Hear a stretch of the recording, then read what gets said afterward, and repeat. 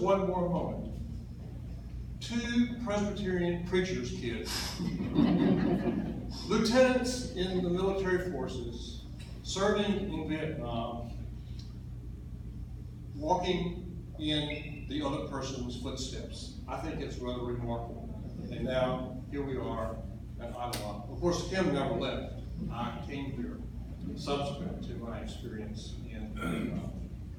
It is my pleasure to welcome Kim Johnson this morning to help us continue to learn the lessons that the war in Vietnam, now 50 years ago, taught us, or perhaps should have taught us. Kim. The program topic is the Vietnam War Experiences and Reflections. Now, this could be a depressing topic, talking about war, but I hope that this talk will be like Mark Twain's description of Wagner's music. It's better than it sounds. Now, some of you, when you saw this title, expressed surprise, maybe even doubt, that once upon a time, I was a captain in the Marine Corps and a Vietnam War veteran. Well, this is a before up at the top, and the bottom is now. How did someone like me end up in a war in a place called Vietnam? Almost nobody had heard of Vietnam, including me. But let's go back in a time capsule to the early 1960s. We weren't clairvoyant then. It was a different climate, a different landscape. Today, we cannot judge in hindsight what we didn't know then. And back then, if it sounds like I'm going back to the Middle Ages, we had no cell phones, no internet, none of that. I talked to Judy maybe twice during the 13 months, and one of those was on a shortwave kind of radio. So it would be, I love you, over and out. But we can't unring the bell. And so I'm going to talk, at least prospectively, I think, about the early 1960s. At that time, all males were subject to a draft, and military service wasn't dishonorable. It was honorable. We weren't that far away from World War II and the Korean War that had good results. The U.S. had basically a good reputation. And President Kennedy, in his inaugural address, had said, ask not what you can do for your country, but what you can do for your country. And that was kind of the atmosphere in which we lived in the early 1960s. For me, I didn't wait to be drafted. I signed up for an officer candidate program in order to go into the Marine Corps. I was intrigued, I guess, with the history of the Marine Corps. I was intrigued with the physical and mental challenges that would be there. And so I went to OCS at Quantico, Virginia. The first day there, they lined us up and said, look at the man on the left, look at the man on the right, and in 10 weeks, only one of you will have completed the program satisfactorily. Fortunately or unfortunately, I was the one. And so off we went. I graduated from college the next year in June of 1964, was commissioned a second lieutenant in the United States Marine Corps. The month after that, Judy and I married, and it was July the 24th, 1964. If you looked at your calendars this morning, you know it's July the 24th. Happy anniversary, Judy.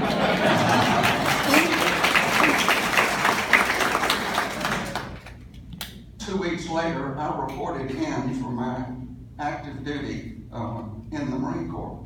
There was no war then. So I reported in Quantico the first week of August of 1964. The game plan was for me to go to schools there for about 6 or 7 months. Then we would go to sunny Southern California for the next 2.5 years for a very, what would you say, a nice tour of duty. Well, that was the game plan, but can you believe that that same week, the week I reported in, was the week of the Gulf of Tonkin incident, which really kind of started things, the ball rolling in the wrong direction. The Gulf of Tonkin incident involved a U.S. destroyer and a North Vietnamese torpedo boat. It's kind of in dispute as to what actually happened. I'm not sure whether they really shot at each other or not. I don't think they hit anything, but that was the beginning of the Gulf of Tonkin incident. Then there was a second one a day or two later. Much later, President Johnson commented on that second episode. He said those dumb, stupid sailors were just shooting at some flying fish. But in any event, that was the Gulf of Tonkin incident, and that precipitated the Gulf of Tonkin resolution, which Congress passed in the first week of August 1964. It passed 100% in the House. All but 2 senators voted for it, and it gave President Johnson complete authority to do whatever he wanted as far as promoting the war. There was a political campaign going on then. Johnson was running against Goldwater. Goldwater said that Johnson was soft on communism, so Johnson needed this resolution so that he could wave his stick and say, I'm not soft on communism. So that was the Gulf of Tonkin resolution, August 1964. I continued in school at the Marine Corps schools in Quantico. We then, though, knew something about Vietnam. I mean, somebody had mentioned something about Vietnam. Most of us probably hadn't even heard of Vietnam. But in any event, I continued on to learn how to be an officer and a gentleman. And President Johnson in October of '64 said, quote, "We are not about to send American boys 9,000 or 10,000 miles away from home to do what Asian boys ought to be doing for themselves." Well, that was reassuring. And we continued on with our basic school class at Quantico. Then in March of '65, Judy and I are headed to California, where we were going to stay for the next 2.5 years when President Johnson sent the first units, military units, to Vietnam. It happened that they were 2 Marine Corps battalions, and they were sent in to land at Da Nang.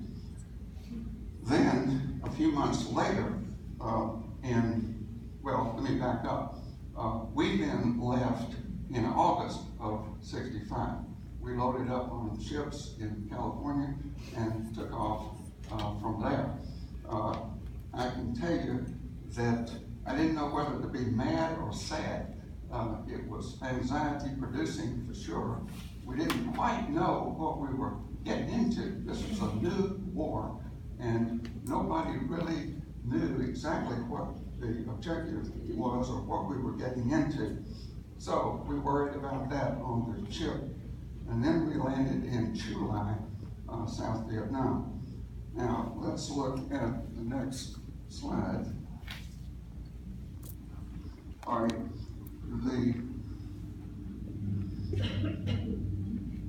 I've handwritten in Chu Lai because Chu Lai was not an established town or city in Vietnam. It just simply was an airfield that the Marines built at this location. It's about 50 miles south of Da Nang.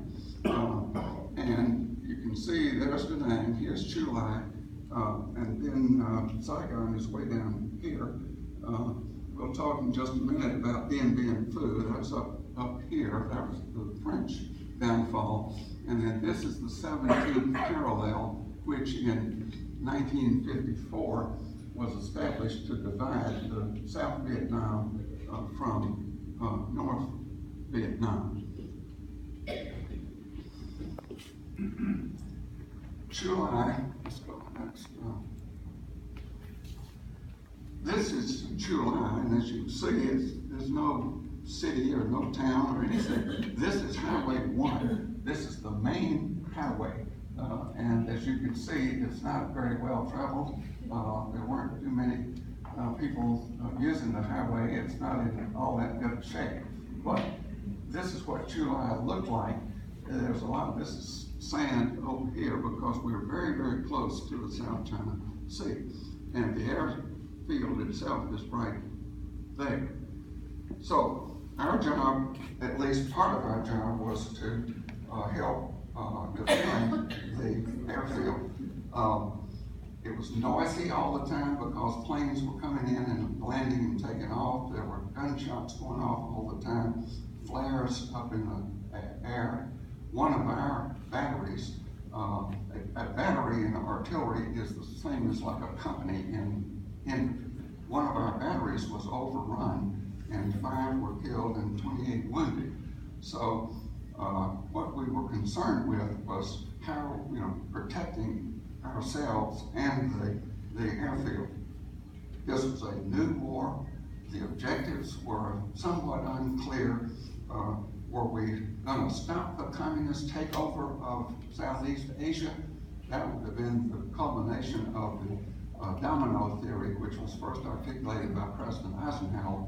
But that was one theory, at least, or one objective. Another was to support the Saigon government in an effort to persuade the peasantry or the people that this was a good democratic government.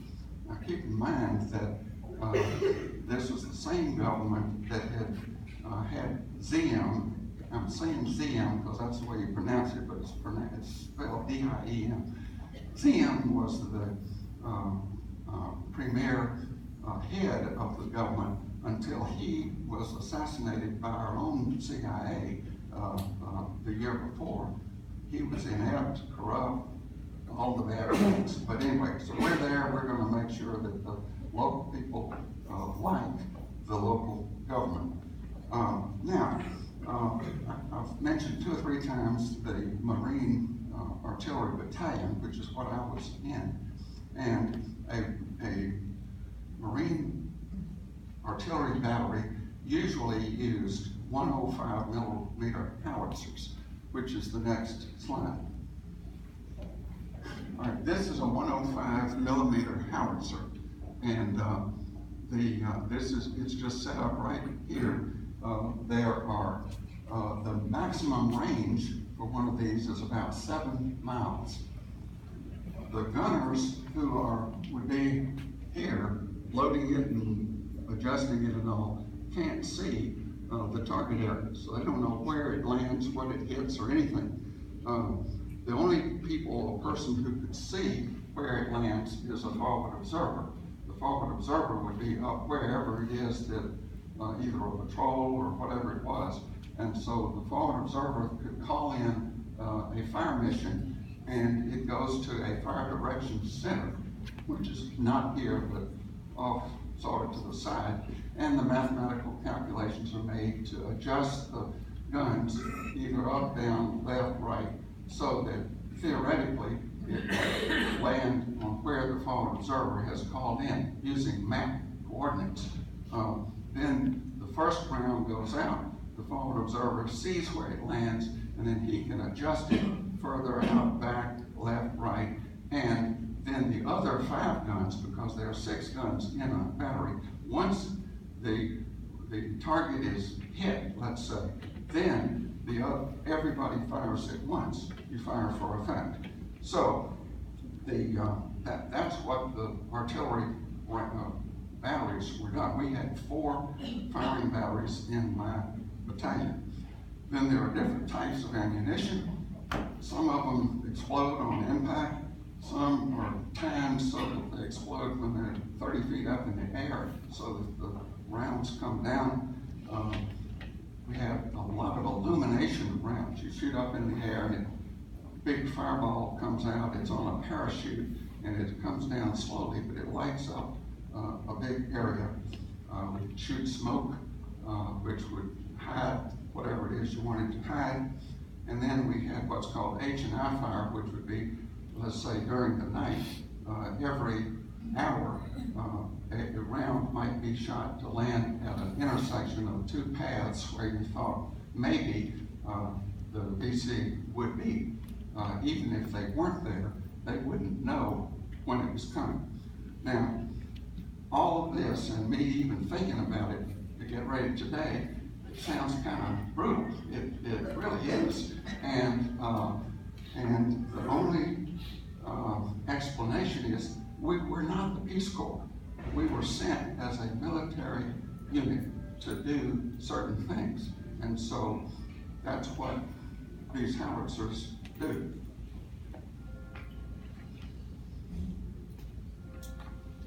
One strategy which prevailed was General Westmoreland's attrition strategy. That is, you send more and more and more people in to fight, and you judge success by body counts. How many bodies dead? That was General Westmoreland's attrition strategy. Now, from my standpoint, and I was not at the White House, I wasn't at the Pentagon, I wasn't anything but just there. But at least from my standpoint, I thought body counts were inherently inaccurate. Most of the shooting was at night, so you could barely see, anybody could barely see what they were shooting at, much less whether they hit anything. And if they hit anything, whether it killed them. But anyway, body counts kept coming to the forefront under General Westmoreland's attrition strategy. There was a second element, and that was the pacification program or civil affairs program. And the biggest proponent of that was Brute Krulak. It was General Victor, quotation marks, Brute, close quotation marks, Krulak. Brute was 5 feet 4 inches tall, and he had a Napoleonic characteristics, but he was very, very well respected, and according to those who knew him, he could think circles around all of his contemporaries. Well, it was clear to Brute Krulak that Hanoi was not going to buckle under with the escalating air raids and with trying to match them man for man on the ground. Now, Krulak argued this, but at best, it was a secondary mission. So we've got the attrition strategy here, we've got then the pacification strategy here, and let's go to the map again. The Marines were in what's called I Corps. South Vietnam was divided into basically 4 areas, and I Corps, or the First Corps, went from about where there up to the 17th parallel. So this is I Corps right in here, and I Corps was where the Marines were primarily occupying. And Krulak was saying that peasants really were more important than body counts because they lived in the hamlets that were supporting the people. In I Corps, 98% of the population lived within 25 miles of the South China Sea and on less than 25% of the land. The rest was rainforests and jungles, and was just simply irrelevant because you couldn't do anything there. You couldn't live there, you couldn't do anything. So it didn't do any good, it wouldn't do any good. So here's the, Judy told me not to let my hand shake. Okay, I'm sorry.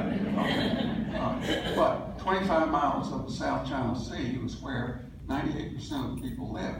And then all this jungle over here was just basically no good at all. And historically, like in World War II or somewhere, we're gaining territory.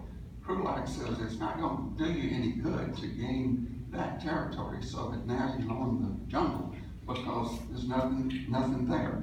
But anyway, that was his theory. We had helicopters in Vietnam, which we hadn't had in let's say World War II, and so the helicopters could load up and then take some people from the South China Sea over into a jungle area if you could find a landing zone that didn't have vines and jungle and all that. But they may land there, they look for somebody to shoot, and then get back on the helicopter and come back. And so, anyway, I'm doing what I told you not to do, which we can't do all this in retrospect, but we're doing it anyway. But General Krulak argued that providing more secure hamlets and villages, and as he said, quote, winning militarily without the support of the people was meaningless. Now, one of my several duties was to head up a civil affairs or pacification team.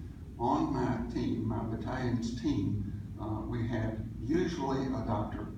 We always had corpsmen, which is the Navy term for medics. So we had some medics, and then we also had security people who were with machine guns and all, who would get around us to protect. And we would set up shop in some outlying hamlet or village, and it was a all-come medical aid service.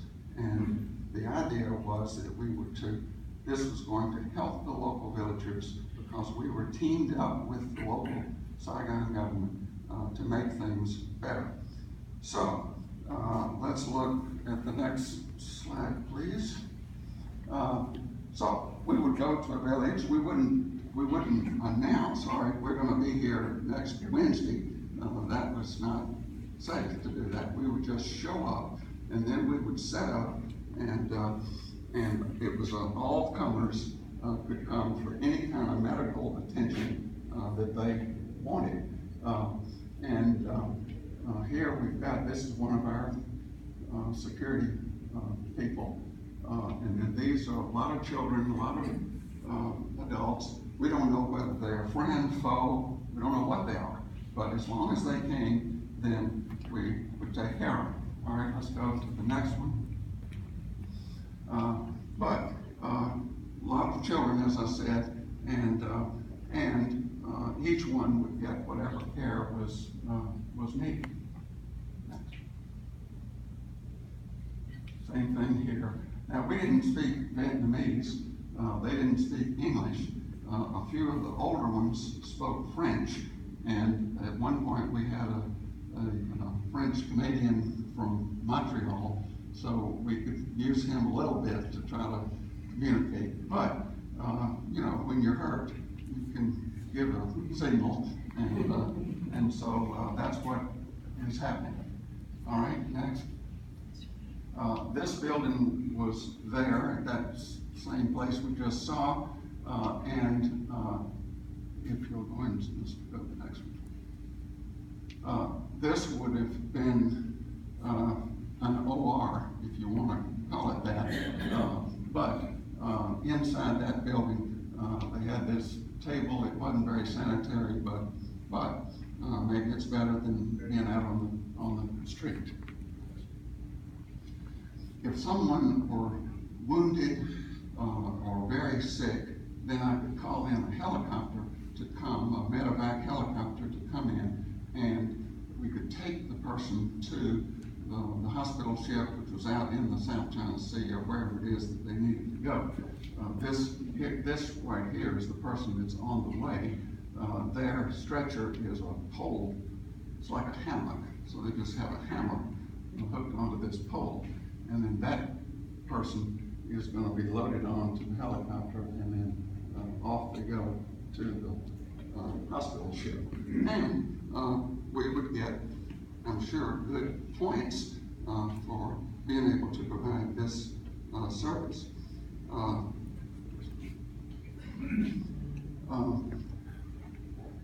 you couldn't tell who the good people were or the bad people. They all looked alike, they dressed alike,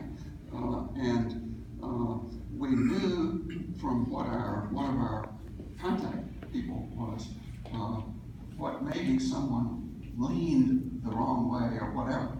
But this girl in the middle, although she looks innocent and nice, her family was very, very pro Viet Cong. But we didn't shoot her or didn't do anything like that. Now, the next slide, please.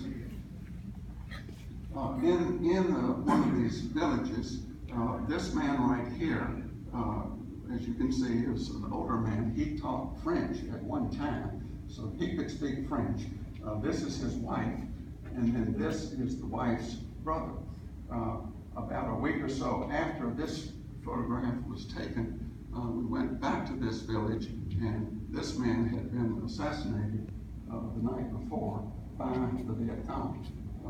Why? I mean, no, I don't know, but that happened frequently, where a village leader or someone would get assassinated because they were either on the wrong side or had done something that was not quite acceptable.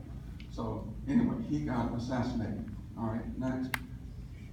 Now, this was, since this was a goodwill program, I tried my best to be nice, look nice, and if I had some candy, I could make friends with the children. And so I have made friends with, I don't remember her name, but the little one's name is U-M.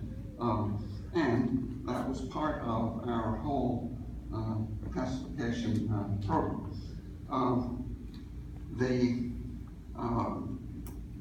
The challenges militarily were we had to protect our own areas where we had the howitzers and where we had ourselves.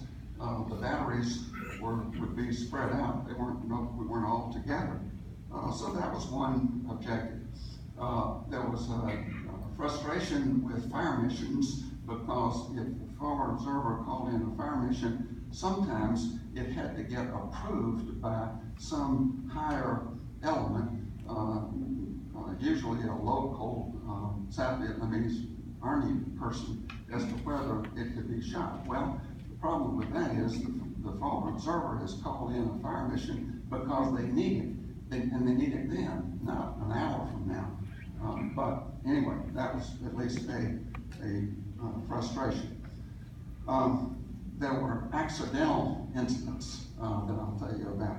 I told you a minute ago that sometimes we would shoot illumination flares that would go up way up in the sky, burst open, provide a lot of light, it had a parachute, and then it would just float down.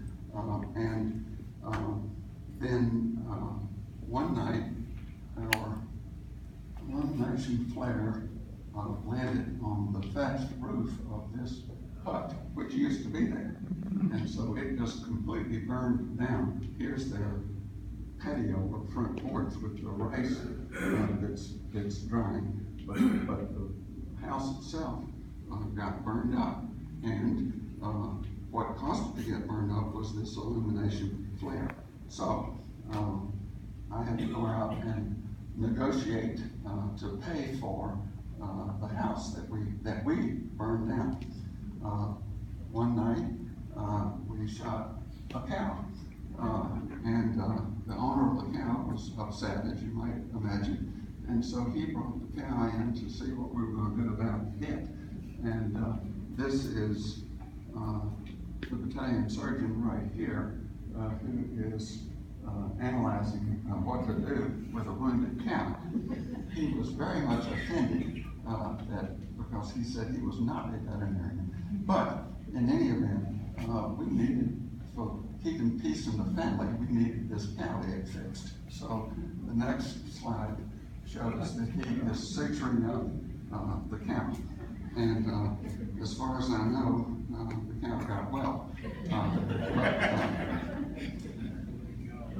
My impression from just the little contact I would have with the local farmers was that most of them just wanted to be left alone. They didn't care about communism. They didn't care about democracy. They cared about getting a little bit of rice so that they could live for a few more weeks and eat. But in any event, in our own minds, we're thinking, we're going to stop communism and promote democracy. And unfortunately, people would get hit, not just cows and not just thatched roof huts, but civilians would get hit. And we had to deal with that, and that's what we did. When I was in Quantico, in my basic school class, we finished in about March of '65. Almost all of us went to Vietnam within the next few months. In my basic school class, 14 were killed. 14 lieutenants were killed. 2 of those were Philip Hines and Glenn Innsbrucker. Now, in the military, everybody's all hung up on alphabetical order. So, Hines, Innsbrucker, Johnson. So that's how we were lined up. But Phil and Glenn got killed in Vietnam. Then the third member, Jim Egan, was a fall observer just like the rest of us, and he was on patrol, and they got ambushed, and I think he got hit, and he was a little bit unsure, but there was a rendezvous point where they were supposed to go once they got out of the firefight. He didn't show up, and he was never heard from again. They think that he was captured and then murdered, killed a few months later. But anyway, he's never been found, nothing. He just basically disappeared. We then shifting to how do you know who the enemy is? You really couldn't tell. I mean, that somebody might be growing rice in the daytime and shooting at night. Then the next slide shows these guys who have been rounded up as possible Viet Cong. Here's one guard's here, there's one back there. They've rounded these guys up and they've taken them to be interrogated, and you can imagine how difficult that would be, or what you would find out. But anyway, but they don't, you see, they don't have uniforms on. They look just like everybody else. And so, how do you know who the enemy is? Sometimes you can do things for the good of the order. Other times you do it for your own safety. And it became apparent to me that the 2 main dangers for me were snipers and mines. I had access to a vehicle. I had a driver that would drive the truck. But if we hit a mine, it blows everything up, including the truck and those inside it. So I had sandbags packed all along the floorboard of this truck, so that if we hit a mine, at least we'd have the sandbags that would hopefully keep you from getting blown up. There was another danger, which was that as an officer, I was supposed to ride in the front right seat, and I had my insignia on. Well, guess what the snipers shot at?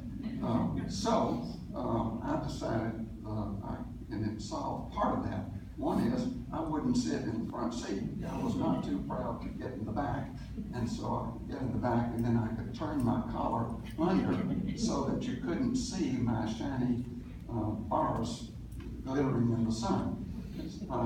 And then another thing was the next slide. This is a little bunker, and so I could get down in that hole right there, and then those are sandbags, and so that at least was, depending on if I was at a good place, I could get in that bunker. War is hell. This phrase came from General Sherman, they say, in the Civil War. It's true, it's constant with all wars, not just the Civil War. It encompasses all of the dangers and all of that. In Vietnam, malaria was a big problem, and so that caused a lot of sickness and caused people to be out of commission. But anyway, well, that's part of war as hell. And then it was hot as hell. And so it was very, very hot all the time, humidity, and just like it is here, except that we can come inside and get some relief.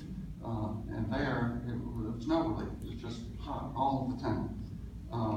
So I think that's when I decided air conditioning was the best invention in my lifetime. After we were in July for a while, then we moved north to Da Nang, and let's go north to Da Nang. That actually is my truck that's coming up onto the ship, because we had to move up through the South China Sea on one of these ships. Next, please. In Da Nang, now Da Nang, unlike Chulai, Da Nang was an old city. A lot of people that lived there, and this was just a market. There are lots of markets, but this was a market in Da Nang. This is a Buddhist temple in Da Nang. There are a lot of Buddhist temples. There are a lot of Buddhists.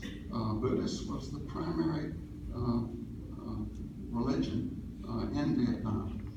So you have a lot of Buddhist temples and a lot of Buddhist people, all right? This, you may have heard of Marble Mountain. This is Marble Mountain. It's in Da Nang. Looks like almost a beach, but then you've got Marble Mountain, and Marble Mountain is really marble. Now, and then this is a Buddhist temple at the bottom of Marble Mountain.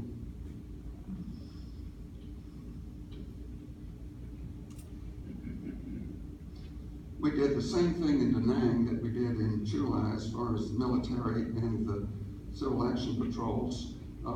Most of the military people were simply trying to endure 13 months of danger, heat, and all of that. There was a song that was published by the Animals in 1965. Quote, "We got to get out of this place if it's the last thing we ever do. There's a better life for me and you." So that was the theme song, I guess. Then let's go to the map. This is see the Ho Chi Minh Trail? We were here. All right, the Ho Chi Minh Trail really wasn't as much in Vietnam as it was in Laos and Cambodia. And we were prohibited from going there. And so from the Viet Cong standpoint, this was a good avenue to get both people and supplies into Vietnam. And we couldn't go and do anything about it. Go to the next, please. This is one of the many ways that they would bring stuff down the Ho Chi Minh Trail. It's a bicycle with two sticks hooked up to it, and then someone could just bring that down the Ho Chi Minh Trail. The Ho Chi Minh Trail was from A to B about 250 miles, but they had so many tributaries and all that that by some estimates it's 9,000 miles by the time you get all these tributaries. Now, here you may think he's wearing tivas. These are the predecessors of tivas. These are Ho Chi Minh sandals, And Ho Chi Minh sandals were all over the place. They're made with a tire tread is the bottom, and then the straps are made from rubber inner tubes. So, and people must have picked up on that and to make their own. Now, next, please. All right, this is my very favorite photograph of maybe all times, because this is September the 12th, 1966, which was the day I was leaving Vietnam after having been there 13 months. And well, before I get to that, Bob Llewellyn mentioned two Presbyterian ministers' children being, this is a third. This is John Fishbach, and I learned by accident, his father went to Southwestern at Memphis with my father. They both went to Louisville Seminary and both became Presbyterian ministers. It was Fishbach then, but he moved to New York and changed it to Fishbach. But anyway, so this is John Fishbach, and then this is me, and this is Louis Britt. And the taxi right here is taking us to get on an airplane to fly back to California. And I said to myself, this was the happiest day of my life, and never again do I want to have anything to do with Vietnam or Vietnamese people.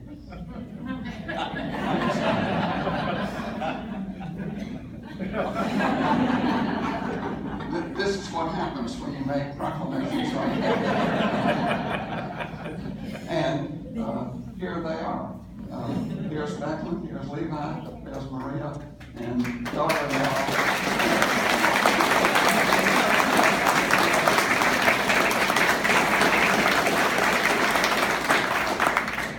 Every once in a while, God gets it right. And, when I left, there were 300,000 American military people in Vietnam. It kept on getting more and more and more. That's the attrition strategy. It got up to 550,000. There was nothing heroic about what I did. I just endured and did what was expected and was lucky. In many aspects of life, it's just simply better to be lucky than good. And I was lucky, and I'm really lucky because I'm here telling you about it instead of you reading about it. Now, let me shift and talk a little bit about history, because we didn't know that. I majored in history. I took a lot of history courses. I've got history books, and in one world history book that's 1,200 pages long, Vietnam is mentioned on one page twice. And it's mentioned because it lists the countries that make up the Indo-Chinese countries. But that's it. But we've since learned that there was a long chain of wars that started in 40 AD. The Trung sisters in Vietnam led the first insurrection against the Chinese rule. In 1428, after numerous wars, the Vietnamese established independence from China. The French missionaries began arriving in the 17th century, and the French took formal possession of Vietnam in 1883. And so the French owned it from 1883 on. In World War II, though, Japan occupied Vietnam, and they claimed that they were liberating the Indo-Chinese from European occupation. But it turns out the Japanese were worse than the French. But anyway, that was during World War II. Then at the end of World War II, by then Ho Chi Minh was really advocating independence from these foreign powers. And he even quoted from our Declaration of Independence in his effort to get us to help him establish independence. But unfortunately, in Europe, we needed the French to help with dealing with the Soviet Union and all of that. So the French then came back into Vietnam or reasserted themselves in Vietnam right after World War II, and the Viet Minh who were fighting the French. The Viet Minh became the Viet Cong, which is the Viet Communists, but the Viet Minh were fighting the French, and then we get to Dien Bien Phu, and showed you Dien Bien Phu, but the French and the Vietnamese, the Viet Cong, had a big fight at Dien Bien Phu. The French lost, and that was the end of, basically the end of the French in Vietnam. There was a Geneva Accord then that provided for an election to be held 2 years later in 1956, but everybody knew, I think, that there's no way that we would win an election. We didn't even sign the accord. But anyway, that was in '54. And at that time, 900,000, mostly Catholics, moved from North Vietnam to South Vietnam to get away from what they perceived to be communist aggression. There were about 200,000 Southern Viet Cong, if you will, who moved north because at the 1954 this line of demarcation was established that we saw on the map just a minute ago, the 17th parallel.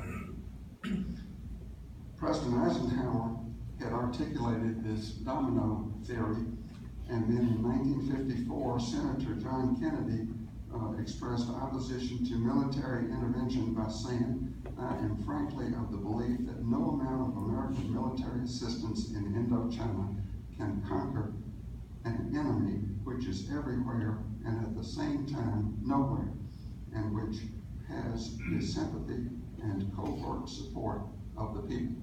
So that was what then Senator Kennedy said in 1954.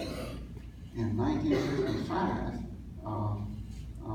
Diem, D-I-E-M, Diem, was appointed or became the prime minister. He was our man. We were for him.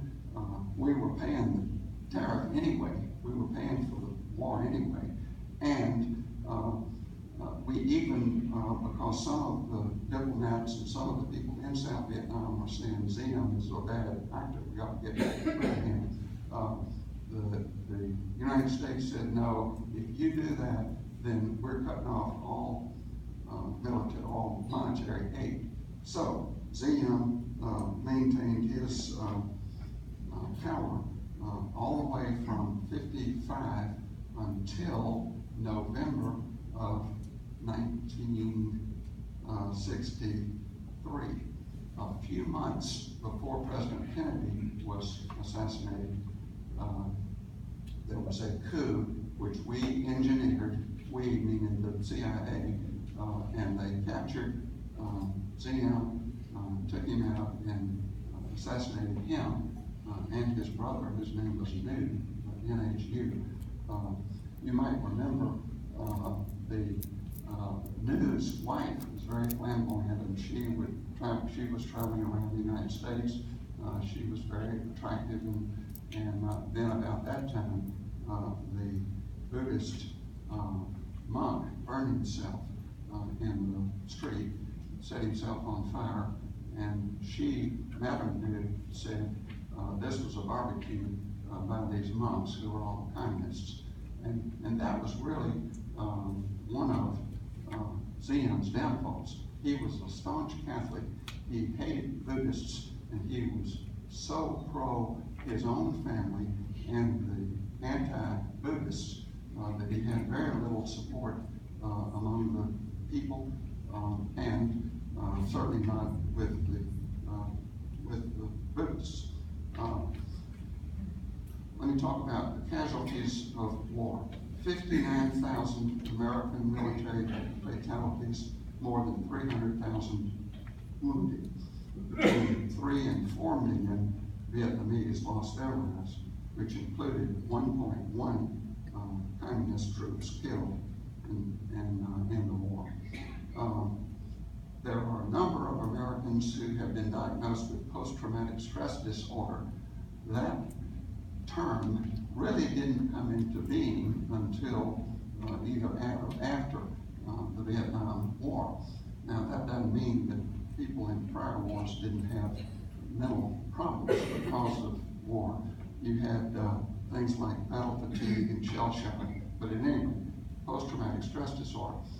One of the things I think that has led to at least more post-traumatic stress disorder is that we had medevac helicopters, and as soon as someone got shot, you could call in for a helicopter to come in. There were difficulties getting in and out, but let's just say if someone made it back to an aid station or a hospital, the chance of survival was very, very high.